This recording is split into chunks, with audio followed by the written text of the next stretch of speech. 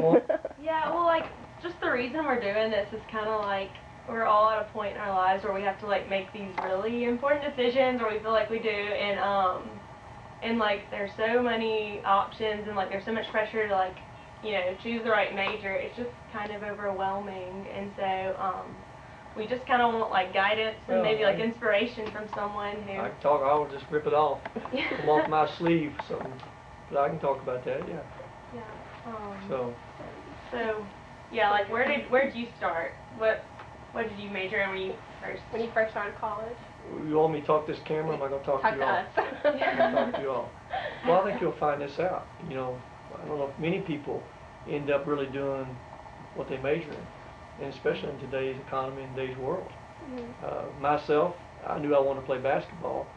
My life, that's what I did, but I knew I wanted to be a coach. But I had a business degree, got my master's in business education. But at the same time, I knew I wanted to be a coach. So it doesn't always work out that way, that you're able to do exactly what you want when you want to, but I was very blessed and very fortunate. Why did you go into business at first? Were you like pressured from other people telling you what to do, or? No, I wasn't pressured. I was good in numbers. I liked the business world, accounting. I liked those kind of things. I didn't like accounting near as much as I thought I did, though. Once I had started taking a lot of it, we changed a little bit then, Big John. But it was good. And business was something that I knew that you have to have to function in everyday's world. It's something you can use.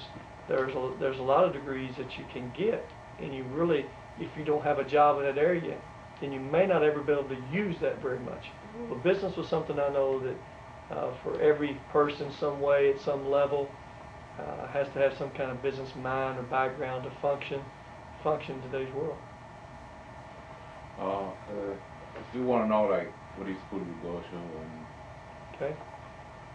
Well, Big John, I'm originally from Kentucky, a little town outside of Shepherdsville, Kentucky. We moved to Meade County when I was 3 years old, which was about an hour and a half south of Louisville on the Ohio River, between Owensboro and Louisville, if you get that map out. Okay, yeah. Raised out in the country. When it got dark, you didn't see any other lights. We had a basketball court, John, but it was dirt. We played in dirt, and you didn't worry about the temperature. Whether it's cold or hot, if it got real cold, you put gloves on. And that's what we did on weekdays and weekends. We worked on the farm and we played basketball. Late in the winter, we had this barn. It would be full of hay in the fall. You've never been in a loft, have you, John? You know what a loft is in a barn? Yeah. The girls know? Yeah. Well, you fill that loft up with hay in the fall, feed your cows. But as you feed that hay out of the loft, then you get more space. And we had a basketball court in the loft then that we could play in the wintertime. And hope the ball didn't roll down in the mangers and get into all that cow manure. Yeah. So, where I was raised at, like I say, times were different. I didn't have a personal car until I went to college. We didn't have all the cell phones. We didn't have all the other things that, occupy all your minds and times now. We did things, we did it as people, and we grew up having to work. We worked all day on the farm, and we played basketball all night. And from there I went to college at Campbellsville College, which was a Southern Baptist school there in central part of Kentucky, and then got my master's from Cumberland College. Played basketball at Campbellsville for 4 years, and we went to the national NAIA tournament in Kansas City. Got beat out by Porter. Wisconsin, Green Bay, you only know Porter. Played in the NBA all these years. But I was very blessed. I was very fortunate. I came from a great home life, a great mother and father that instilled hard work in us. My mother and father never missed a grade school game, a high school game, a college game my whole career. And sometimes my dad would get back just in time to drop Mom off at home at 3:30, 4 o'clock in the morning, and he'd head back to work. He was a farmer. He worked at a big truck plant. He drove an hour and a half each way every day for 37 years and missed one day of work in 30 years driving an hour and a half. So I felt I was very blessed. I had 2 older brothers. I was the baby of the bunch, but You know, one thing I never regret, but both my mother and father are deceased now, and those who remember this will remember we won our first championship in 202. I don't have the picture here in my office, it's at home. When it came my time to go up and cut that net down in Atlanta, John, I let my dad go up and cut that last string of that net down in Atlanta, and we won that championship.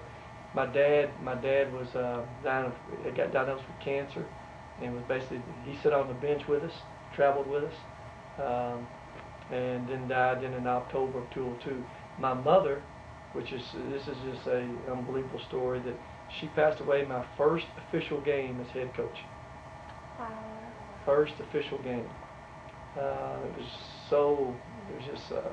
was unbelievable. But again, one thing I never regret was this.